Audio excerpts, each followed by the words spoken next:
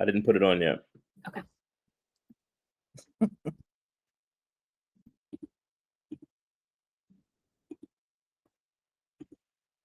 Okay, I think we are live. Welcome everyone to our training. We've tweaked the title since we submitted our presentation. So our title is Organizing Against US Fascism, Trump's Attacks on Marginalized Communities and How We Fight Back. So we're here from Free Press and Free Press Action, a nonprofit organization that advocates for equitable access to technology, diverse and independent ownership of media, and journalism that holds leaders accountable and tells people what's actually happening in their communities. I'm Ruth. I'm a campaign manager for our democracy and digital civil rights team, and I'm joined by Heather and Vanessa Maria. Would you like to introduce yourselves? Go ahead, VMG. Hi, my name is Vanessa Maria Graber, and I'm the Director of Journalism and Media Education here at Free Press.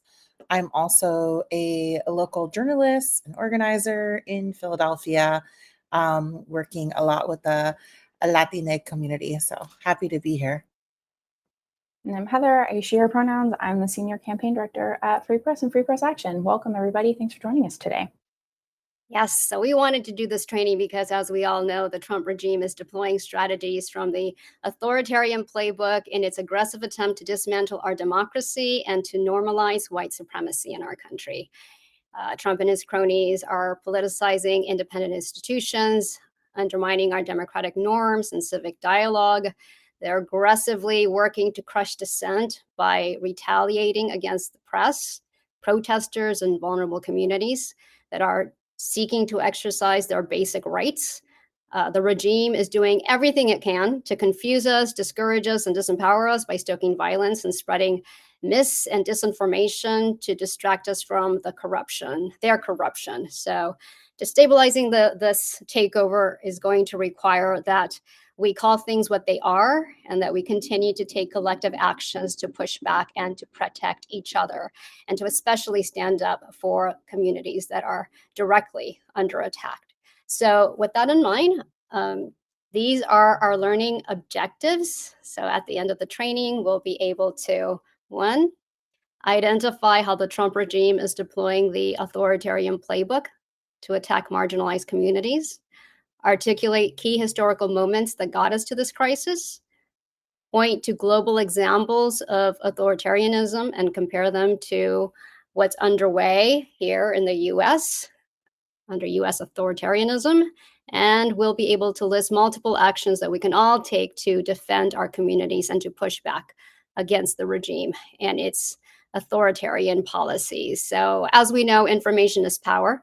The first thing that we want to look at is how we got here, because we know that we didn't go from 0 to 100. This is not an isolated event. We've been building towards this crisis, arguably since the founding of our nation. So Heather is going to walk us through how we got here. Yeah, thank you, Ruth. A quick disclaimer at the top. I loved history in school, but I'm not a historian. I'm going to highlight some key moments that will help inform the rest of the training, but this is by no means meant to be a comprehensive list of all of the things that have happened that put us on the road to our current moment. As Ruth noted, you really can't understand how we got here without understanding that the United States was founded on the backs of crimes against humanity. I'm, of course, referring to the genocide of the indigenous peoples of this land and chattel slavery of Black people. We're going to fast forward, which feels a little hard to do, through things like Manifest Destiny, the Civil War, Reconstruction, a project that was cut violently short, to the mass deportations of Mexicans in the 1930s. Officials deported up to 1.8 million people to Mexico. And according to at least one estimate that I found, around 60% of the people who were deported were American citizens and during that time. The purported reason for this program, I think, would sound extremely familiar to all of us today. Fast forward a bit more to President Reagan. The list of his failures could frankly constitute an entire hour. But critical for this conversation is that he cut taxes for the wealthy and oversaw a massive shift toward privatizing public services. Fast forward a little bit more to the creation of Fox News, which was founded in the mid-1990s. I'm sure many of you have heard of Rupert Murdoch. He's been in the news over the last week, especially. But one person who you may not have heard of, but is extremely important, is Roger Ailes. In 1996, Ailes left what is now, MSNBC, and joined Fox News as CEO. When he did that, he purged actual journalists who insisted on abiding by professional ethics codes, fired people who had worked in other mainstream outlets, and really shaped the network to be the white supremacist right-wing propaganda outlet we see today. When you wonder why Fox News is the way it is, it's because of Ailes in many ways. Then, of course, we have 9/11, the passage of the Patriot Act, and the creation of the Department of Homeland Security. I'm not going to get too deep into those two things right now because I'll get to them later. And during the Obama administration, the government deported more than 3 million people. And then, of course, under the Biden administration, we saw relentless attacks on students and anyone protesting the still ongoing genocide in Gaza. Trump has picked up that baton and is using the groundwork laid by the Biden administration to attack, among other things, higher education institutions. So to today, I'm sure we've all heard of Project 2025, but it's important to note that it didn't pop out of nowhere. It was created and incubated at the Heritage Foundation, a right-wing think tank that has its fingerprints all over the most bigoted social movements we're witnessing today. One of the key architects behind Project 2025 is Russ Vought. He is now head of the Office of Management and Budget, or OMB.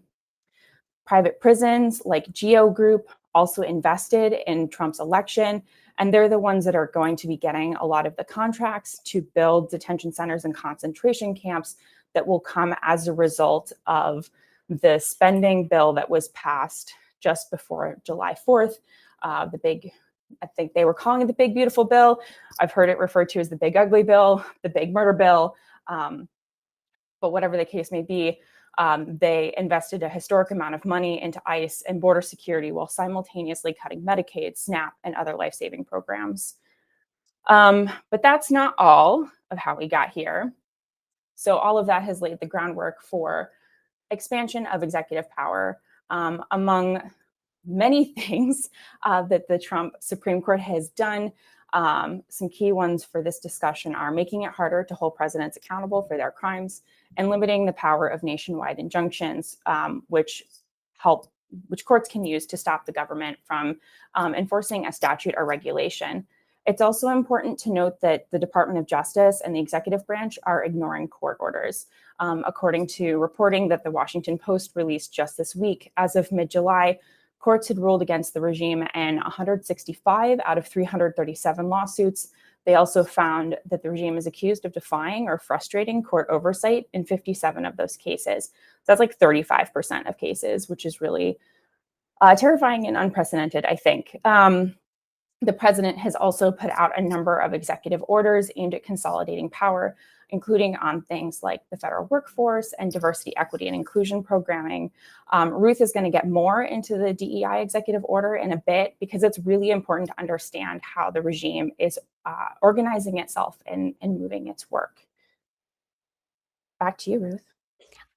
Thank you so much, Heather. Yes, so all of that now takes us to the authoritarian playbook. What exactly is the authoritarian playbook? It is a series of patterns and strategies that have been deployed in authoritarian takeovers and takeover attempts across the globe in places like Hungary, Poland, the Philippines, and now in the US. These strategies include capturing the media, spreading myths and disinformation, politicizing independent institutions, expanding executive power, quashing dissent, corrupting elections, scapegoating vulnerable populations, which is really the main focus of our conversation today, and stoking violence. So now let's take a look at some global examples of how these strategies have been deployed and compare them to what's happening in the US. So in the next slide here, we see the example in Hungary. Andras Bironas, I hope I'm pronouncing that correctly, of Policy Solutions, shared with us at Free Press that democratic backsliding in Hungary was a carefully orchestrated 15-year plan that began in 2010, and that among other moves, the transformation of the media into a 24-hour propaganda machine was key here. The Associated Press reports that according to press watchdog Reporters Without Borders, Orban has used media buyouts by government-connected oligarchs to build a media empire subject to his party's orders, and that his party now controls some 80% of Hungary's media market resources. The government has weaponized a majority of the news outlets there to control the narrative and shape and limit Hungarians' decisions. And since 2010, Orban's government has promoted hostility against migrants and LGBTQ plus rights. That sounds familiar because the Trump regime is using the same playbook. So it's armed itself, like Heather said, with a well-orchestrated plan, Project 2020, known as Project 2025, and Trump has been on an aggressive mission to capture the media and to transform it into his personal propaganda machine. And he's used the executive order against diversity, equity, inclusion, and accessibility as a bargaining chip to do this. We'll take a closer look at that later. And Bironas warns us that, quote, the Hungarian example shows us that once the government claims control over media, reversing the course becomes very difficult because misinformation becomes the norm, accountability for those in power becomes weaker, and opposition voices may even be considered as threats to the national interest. So the persecution of opposition voices becomes part of the agenda. And we've already seen this with the arrest of student protesters and the continued detention by ICE of journalists without charges. That is ongoing. We see the same playbook in the case of the Philippines.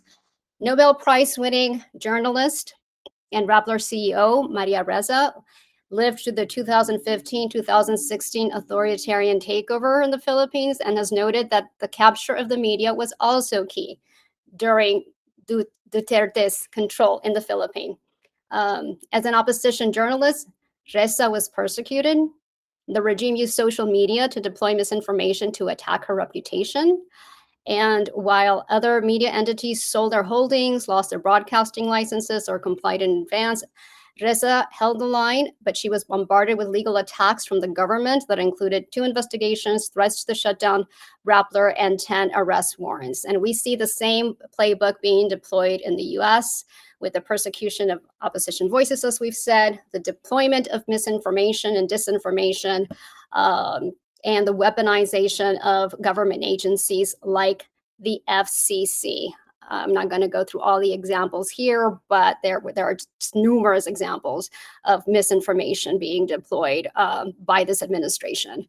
Maria Ressa shared with us that the Philippines is a especially significant example for us here in the US because since it was once a US colony, its constitution is patterned after ours. It has 3 branches of government, and it has had a dictator twice. She noted that Duterte crushed the checks and balances of institutions in the Philippines within 6 months. So that's really important to note. Another example that we wanted to share is the example of Poland that, again, used similar strategies, including the vilification of minority communities. And just like the Trump regime is doing, which hired a Republican firm to launch an anti-immigrant campaign. I have heard horrible ads here in Los Angeles on Spanish language radio targeting immigrant communities, threatening them to self-deport or they will be tracked down. Just horrific. And Rafał Pankowski shared with us that the Poland experience was similar to Hungary's, except here in Poland, democratic forces prevailed after 8 years of authoritarian rule because of strong civil society activism. which served as an important counter movement that helped push the right out of power. So this underscores the importance of our continued organizing to fight the Trump regime at all levels. We can win, and we have a responsibility to keep fighting and to win. So now we are going to take a look at how Trump is targeting already marginalized communities. So Vanessa Maria, I will send it over to you. Yeah, one of the ways in which authoritarianism and fascist policies are able to proliferate and gain support is by scapegoating marginalized populations. And there's a number of ways in which they do that. And so we're going to go through a whole bunch of these. So you might have seen in January, there was a flurry of bigoted and illiberal executive orders, many of which were challenged in the courts and are still under litigation. The second way is by capturing media. So you might have seen images during the inauguration of many of the corporate media and social media platforms standing beside Trump in alignment, all of the billionaires publicly showing that they are in fact supporting and working with this administration and will be utilizing their platforms again to support the proliferation of disinformation. And also to allow harassment and bullying and threats of violence go unchecked on their platforms. We also see the capture of institutions and collusion by the corporate sector. So there is a number of institutions that were dismantled at the federal level. They were dismantled either by firing lots of staff, defunding them, like we saw with USAID and the Corporation for Public Broadcasting, and complete capitulation by the corporate sector. And we saw that with a lot of the DEI policies being taken away. And so we'll talk more about that. The expansion of the police state.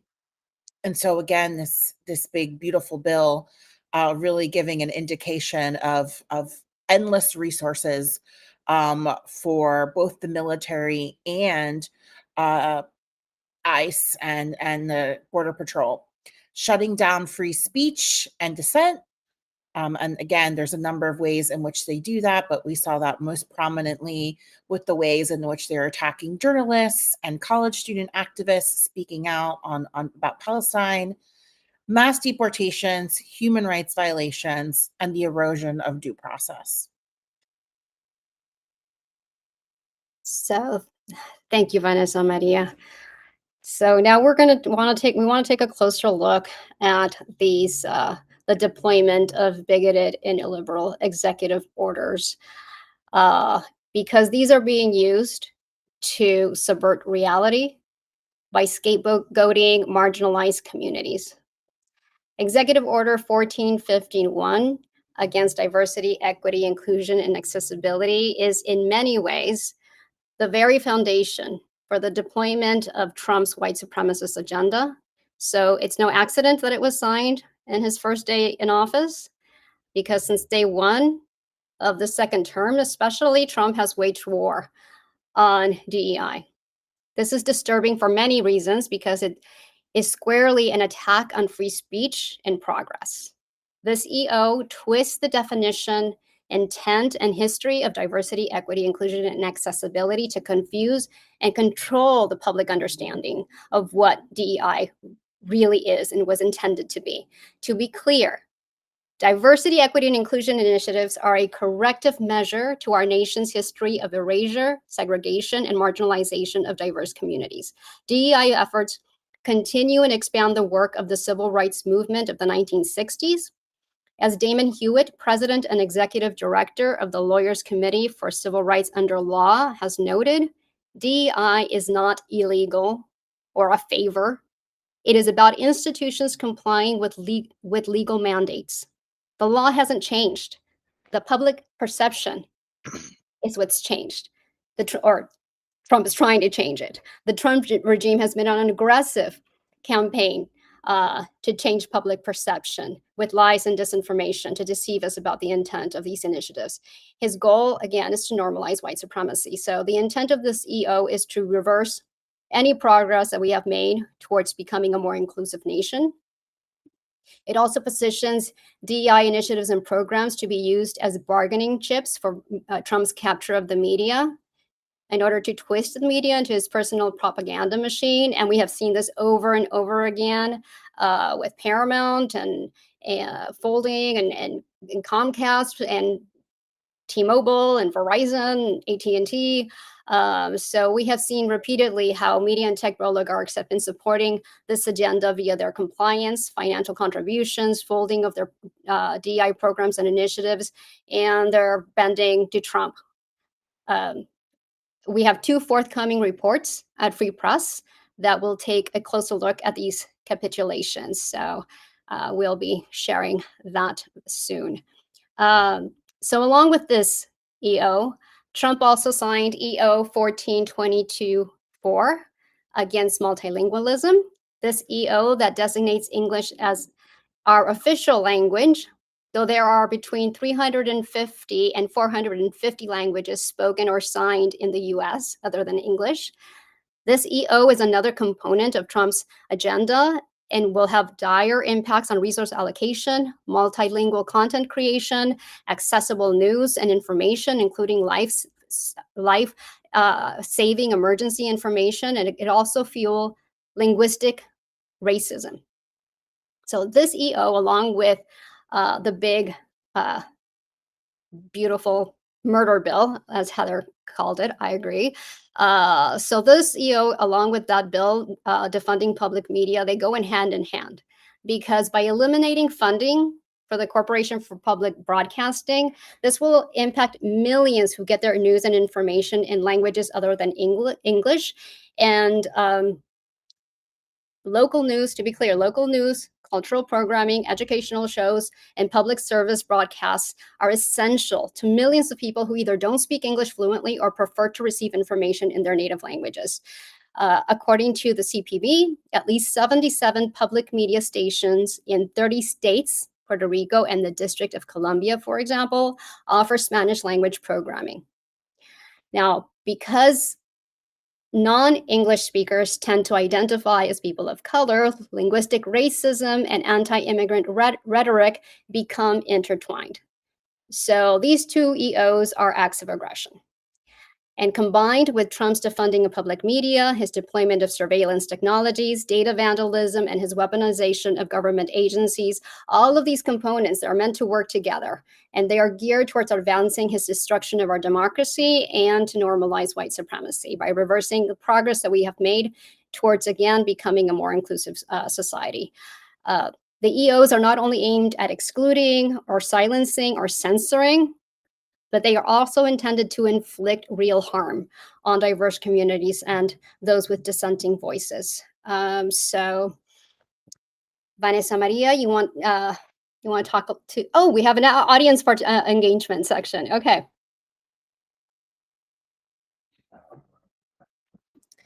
Yeah, so we have a Slido. You can scan the QR code. Or you can just go to slido.com if you're on your computer and you want to open up a new tab, and you can enter the code 2232321, and you can answer the question: what truths need to be told more often, and what narratives need to be amplified? And so I already see 2 responses, so keep them coming. I'm just gonna read these 2 briefly as more audience answers come in. The first one says, how members of Trump's administration are profiting from these policies. And yeah, I think that's a really good point, because a lot of members of Congress and people who are in his cabinet actually own stocks, and they own shares of a lot of these corporations, like private prisons, for example, where they are profiting from some of these policies. So I do think it is important that a lot of these policies are driven by greed and money. And what often happens in authoritarian regimes and oligarchy, right, is that a small number of people, in particular billionaires, tend to profit from these policies. I see another one that says we need to amplify truthful information about immigrants. They are not criminals. They pay taxes and contribute a lot to the economy. And yes, that's right. There is a lot of disinformation about immigrants and about the people that they are detaining and deporting. And a lot of that disinformation should be debunked and should be, those truths should be amplified. The reality is that the majority of the people who are being detained and deported have no criminal record whatsoever. There are billions of dollars of tax contributions from immigrants, and immigrants play a huge part in contributing to the economy. There's many, many more points about immigrants that we should be amplifying in order to combat the scapegoating of immigrants. I see also here the brutality of ICE and their illegal actions. That's right. We're seeing a lot of people post on social media, sharing the violent ways in which ICE is arresting and detaining people and violating their rights. So I think that's also important. Another person wrote, the real waste, fraud, and abuse, not Medicaid, but the corruption. Yeah, it is interesting that they launched a whole initiative around Doge to identify fraud and abuse. And then they wound up cutting in areas, where there was not fraud and abuse. They certainly didn't cut the Pentagon's budget.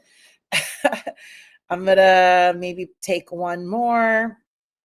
And it's the way impacted communities are resisting against ICE. Yes. There is a very real resistance happening, not just in Los Angeles, but all over the United States. And it is important for us to showcase that. So more than ever, people are filming arrests. They are doing ICE Watch. They are live streaming. And also many more journalists and newsrooms are covering quote unquote immigration issues, and journalists have been assigned immigration beats in order to cover some of this that's happening. So yeah, we'll leave that open if you want to continue putting in responses. And then we have another question a little bit later on during the presentation. So we can go to the next slide, and thanks everyone for contributing. So again, I talked earlier about the ways in which this administration and other authoritarian regimes try to take control of the media. In other countries, we have seen them completely eliminate any oppositional media, right? So we've seen a lot of reporters and newsrooms have to actually shut down, or even their equipment gets confiscated by government. And it's ironic that many people fleeing countries like Nicaragua, El Salvador, Venezuela, and Cuba find themselves here, also doing journalism and subject to a lot of those same tactics. It's the reason why so many Latina journalists recognize authoritarianism, because unfortunately, many of them have experienced that firsthand. They have experienced their rights to press freedom be violated. The other way, again, is getting the mainstream media to collude with them. And so we are seeing that collusion happen in real time. The result, when you control the media, you control the message, right? And when you control the social media platforms, you're able to manipulate and proliferate disinformation. And so what we have is some really negative narratives about immigrants, and more broadly about people of color and working class people. And so I think one of the main things that we need to consider as a tool is narrative warfare. And so you're seeing a lot of that on social media. You're seeing people make videos to clarify what's actually happening. So in Los Angeles, for example, people were clarifying, no, these are peaceful protests. The people who are being violent are actually the police and ICE.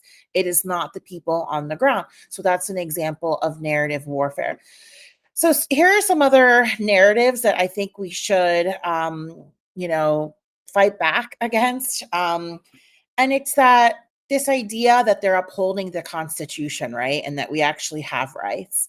And the other side of that is that we need to help people understand that what's happening now is a complete dissolution of due process. And it is not just for people who are undocumented or immigrants. We're seeing US citizens' rights also be violated, right? Nobody is safe at this moment, unfortunately. And so I think we need to reassert what our rights are. That's why you see so many Know Your Rights trainings, and explain to people that when these rights start to be dismantled, that is, again, another step towards the march for authoritarianism. One of the other myths out there is that there is a legal pathway to citizenship.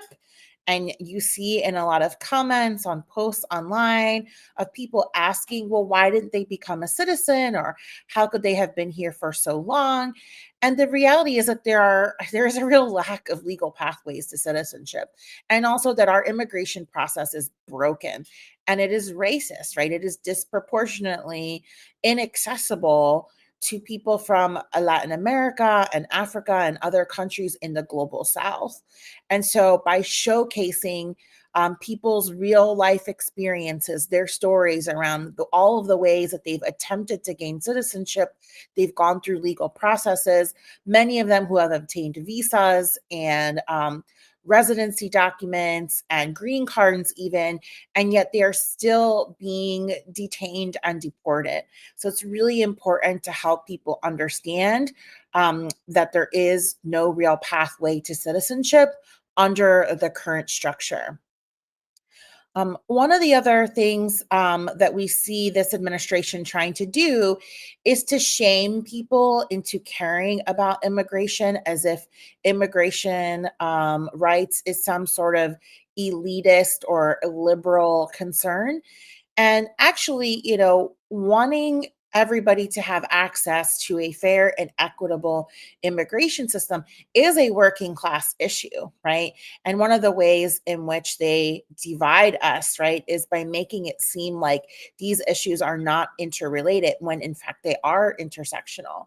So having millions of people in this country who are undocumented with no legal pathway, not prioritizing a legal pathway, leads to perpetual subjugation and economic inequality, creating a permanent underclass by pushing people into the shadows. Through its attack on immigrant communities, the right is fueling low wages and exploitation. And so we have to tie together working class issues with immigrant rights. These are labor issues. And we're also starting to see employers who have been impacted by deportations and people being detained start to say, hey, I can't run my business now, or my business is suffering as a result. Again, these are working class issues. And if your employer is willing to pay low wages and exploit immigrants, then it's pretty likely that you would also be subject to similar inequalities. So again, supporting immigrants and people of color and all that is intersectional, and it is a working class issue. Let's go to the next slide, please. So a question that, we get often from journalists who are really trying to do journalism that humanizes people's experiences and showcases the real life impact of these policies is that they feel very frustrated that despite that, there's a total lack of empathy, right? Especially in the comments on social media. And so how do we combat that? Well, again, we have to show the other side of that, which is stories of resistance and hope, showing the agency of people the administration is trying to take away. Again, they use feelings of fear, anxiety, and overwhelm in order to get people to comply and not resist, right? And not react. And if we're feeling fearful and anxious all the time, we're unlikely to resist. We also know that a lot of those comments are bots, right? Like they're AI driven, they're troll farms. And so I try not to pay too much attention to those comments, and I try not to pay too much time into engaging with that. Instead, we look for stories of people fighting back, family members protecting one another, people winning their cases. And again, all of the examples locally of mutual aid and solidarity, people forming groups, people making coalitions, people taking collective action. Um, you know, in media, and as a journalist, I know this, like a lot of negative news dominates the discourse. And unfortunately, there is a lot of bad news nowadays. But we must balance that again with stories of people fighting back and not allowing this administration to take away their motivation or their sense of community. And there's a lot of examples of that. There are a lot of people out there in the streets, people who are organizing to get out the vote, people who are stepping up to run for office, people who are donating and getting funds for people that need it, people who are volunteering. That is also happening.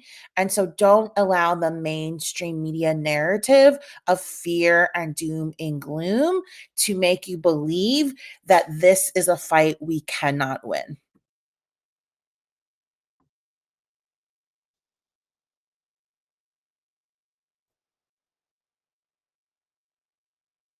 Oh, I think you are muted, Ruth. I was muted. Thank you so much. Okay, we're gonna skip this slide. Vanessa Maria's covered much of this, and we're gonna continue to talk about how the capture of institutions and the collusion by the corporate sector. As we've been discussing, capturing the media and institutions are key authoritarian playbook strategies, and again, in our forthcoming reports, we have a couple of reports coming out at Free Press that look at 35 US media and tech companies that have capitulated to Trump, and we track if and how they have shifted their diversity, equity, and inclusion programs in response to his executive order. So stay tuned for that.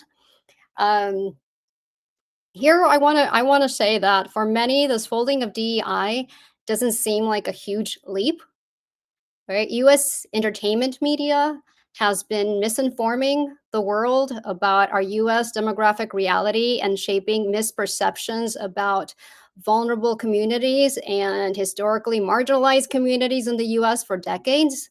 The media has historically overrepresented whiteness and under and misrepresented Latinos and other minoritized communities.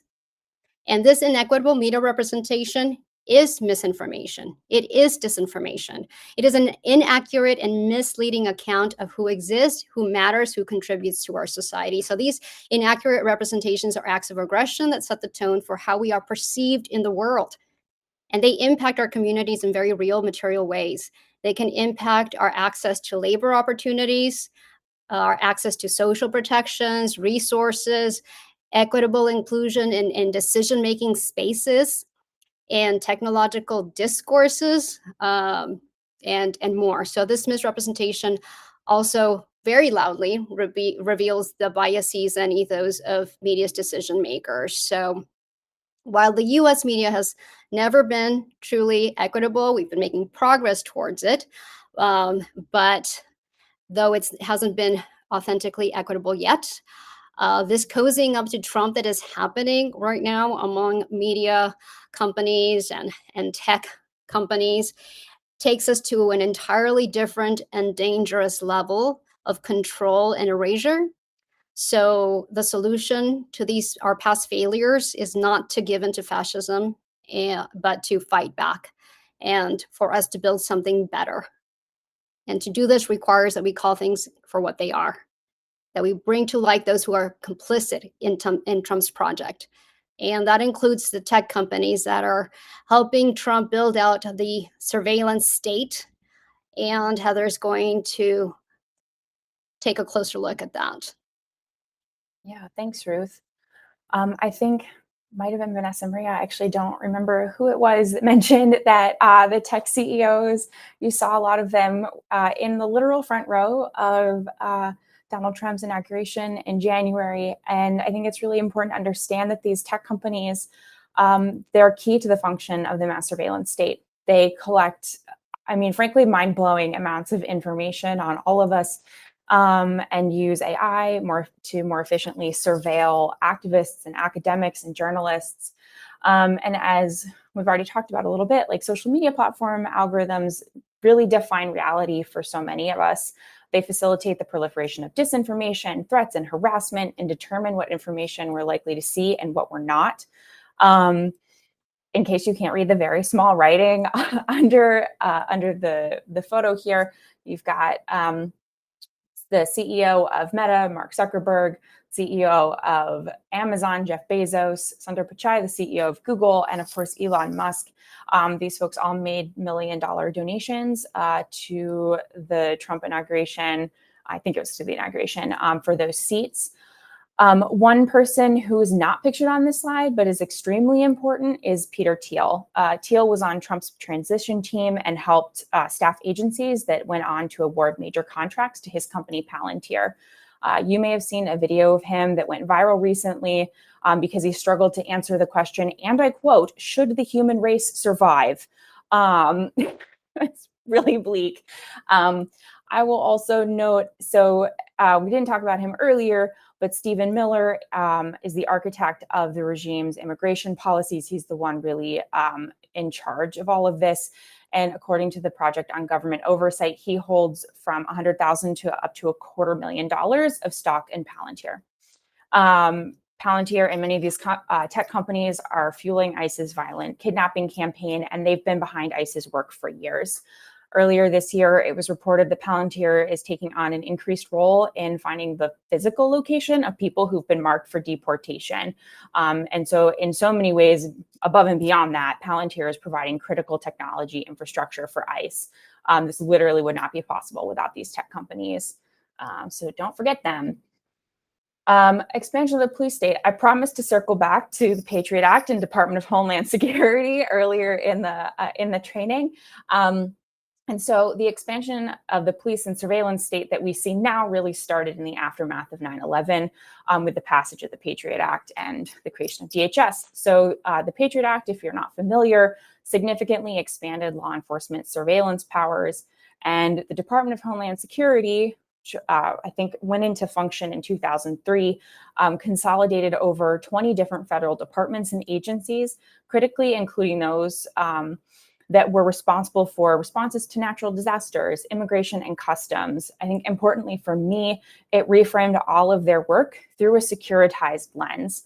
So when a flood happens, like that work is happening through the lens of security. So you're going to get a very different outcome as opposed to if you're viewing this as an issue of community.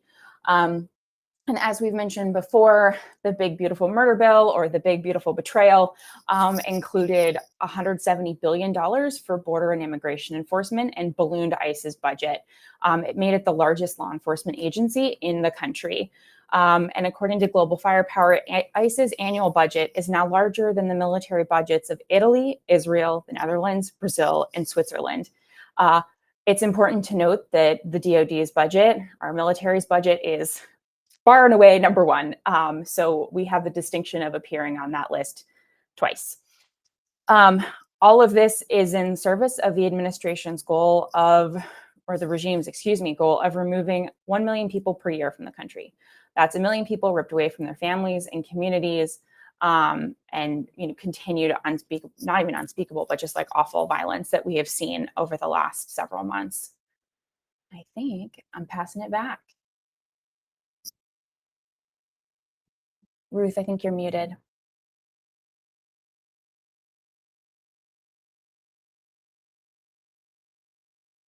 Doing that. Sorry, I keep doing that. So yes, all these different ways that the regime is deploying in order to shut down free speech and dissent.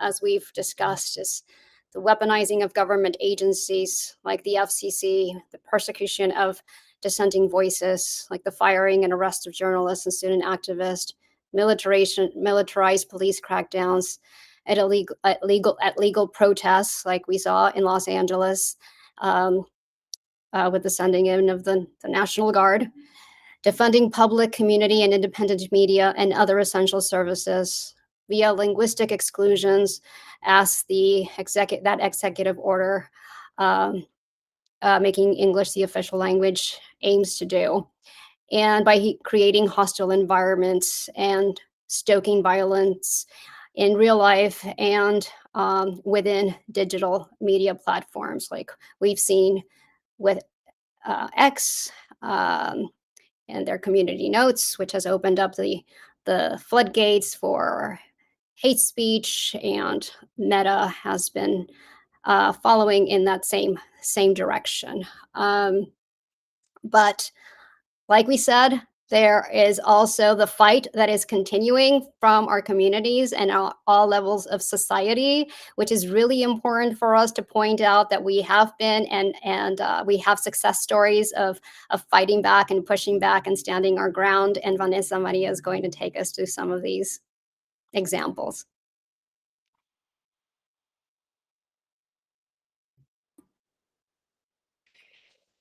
Yeah, so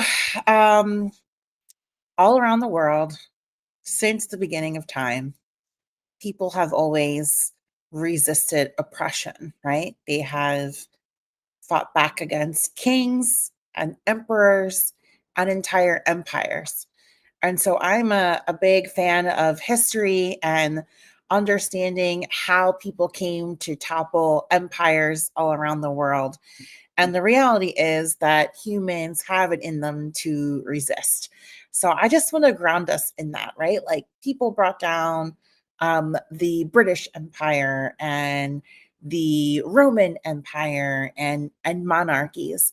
And even in other countries that had dictatorship and fascism, people organized and fought back. And when people organize, they win, right? And so this is something that we say a lot when we win campaigns at Free Press. We're like, when we organize, we win. Here's the result of that.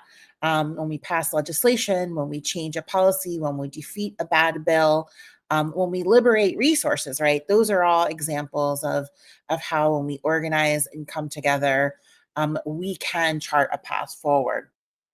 And so there are many ways in which people are fighting back against authoritarianism here in the United States that are very similar to the ways they did it in the Philippines and in Europe and in Latin America. And so here are just some examples. Of course, there are many, many more, but we wanted to highlight these few. As you can see, there are people pushing ICE out of their neighborhoods. They are filming them. They are asserting their rights. The community is coming together to come out in support of immigrants. So in South Jersey, there was a couple, they were from Turkey and they have a kebab shop, and they were taken away by ICE and detained. They had a pending immigration case here and legal representation, and yet they were still unfairly detained. And what we saw is that entire community come out. It was called Haddon Township. They had big rallies. And even local legislators came out. It was really impressive to see the mayor and state representatives and people in Congress join that rally to demand that ICE free them. We saw a number of other people be freed, like Romesa Öztürk, more recently Mahmoud Khalil, right? We are fighting now for Mario Gorvada, who's a journalist who was also detained, to be freed. A large press conference was held the other day in Georgia at the state capitol. And so people are coming together to put pressure on ICE, on the Department of Homeland Security, the Department of Justice, to ensure that people's rights and due process are upheld.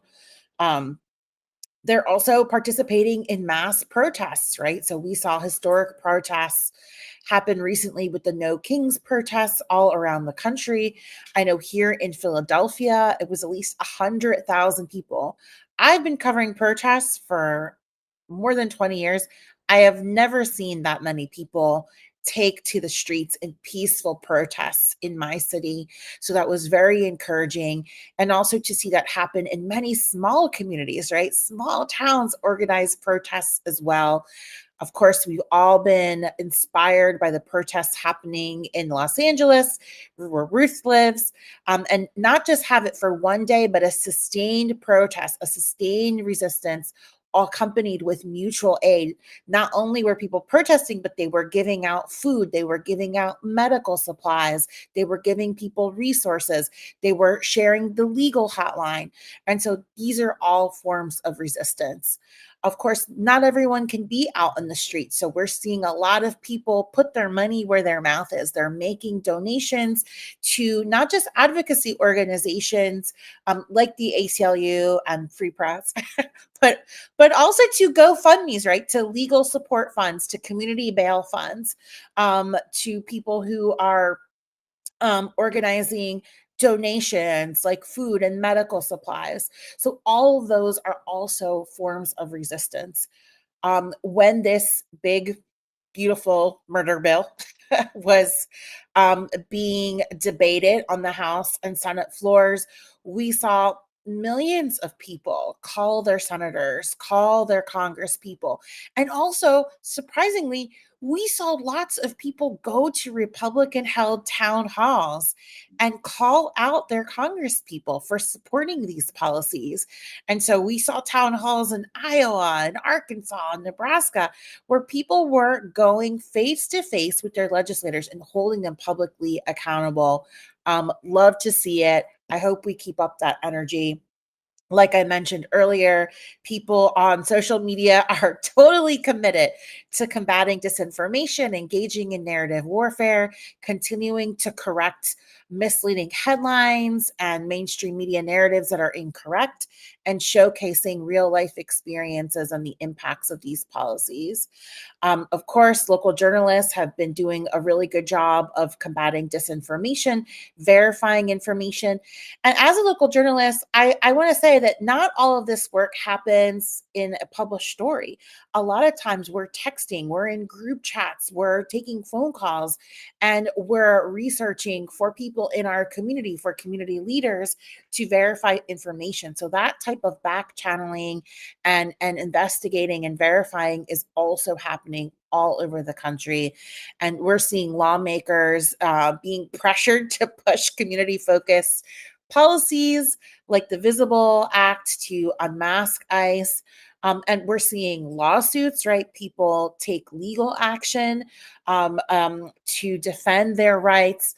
And we're just seeing people speak out in their family dinners, at their family parties. Like, one of the hardest forms of resistance is to confront your own friends and family with some of these really negative narratives and understandings they have about communities of color and other marginalized people like LGBT people, people who are on Medicaid or who are accessing financial assistance from the government. So shout out to all of you who are having those tough conversations, who are feeling a bit uncomfortable and doing it anyway. And courage is not acting without fear, but having that fear and doing it anyway.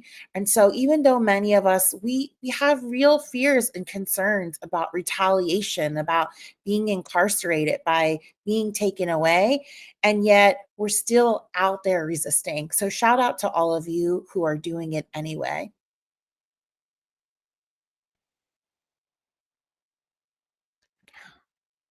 So we'll invite folks to participate in this audience engagement side, Vanessa Maria, to share what other truths need to be told more often and what narratives need to be amplified.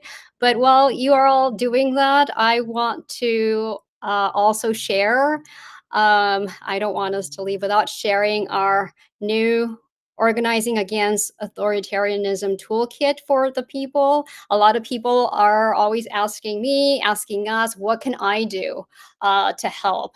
How can I participate in pushing back and doing it safely? Some people cannot go out in public to protest, for example, for health reasons, immigration status reasons, for all kinds of reasons. So we wanted to create a toolkit, and we can link it. There's going to be a link through the QR code at the end of the slides that we'll be sharing, but also, I don't know if you can link through it, Heather. Oh, it won't allow you to? Oh, I wish I could share my screen. But people can reach, yes, find it there through the QR code, and there's a bit.ly there as well. This is a toolkit that walks you through your rights, knowing your rights, understanding what the media should be doing and what we can do to continue to pressure the media to do their jobs, to hold the line. A series of actions you can do from home.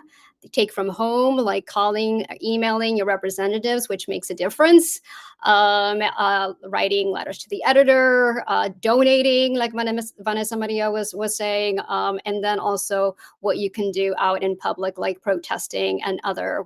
We share a lot of like detailed examples of actions that you can take. And very importantly, we also highlight that it's important to practice digital security. Make sure that you protect your digital devices before you take any actions, whether it be it from home or outdoors. Make sure that you're protecting your privacy from surveillance. And with that, we only have a couple of minutes, I think, for Q&A. Again, join us. This here's the QR code. Join us. Sign up for take our pledge to continue to fight against this regime. Share your stories, please, about how authoritarian takeover is impacting you, your loved ones, and your community. We are collecting these narratives, and we'll be writing a report on that to create a counter narrative. Like Vanessa Maria was saying, super important to participate in narrative warfare. And part of that is to really highlighting how we, the people, are being impacted in very personal ways, in very direct ways, direct and indirect ways by this regime. So I'm just gonna read a couple so we can end on a positive note on how people are, those favorite stories of resisting. Someone has said they're teaching people the different ways of resistance, kindness when cruelty is ascendant. People are inspired by the hands-off protests, people forming new neighborhood groups and having meetings. And finally, someone wrote, they're inspired by young people protesting, boycotting, and speaking on social media. And so thank you for sharing that. We hope you'll continue to resist and counter authoritarianism. We have a question from the audience, I see. A lot of people repeat the media's conventional wisdom that is manufactured. Things like, I'm not a transphobe, but voters are, so we have to abandon trans people for now, even though it's not moral, not supported by data. Tips on wrangling this. I think it's important to have a lot of patience with people.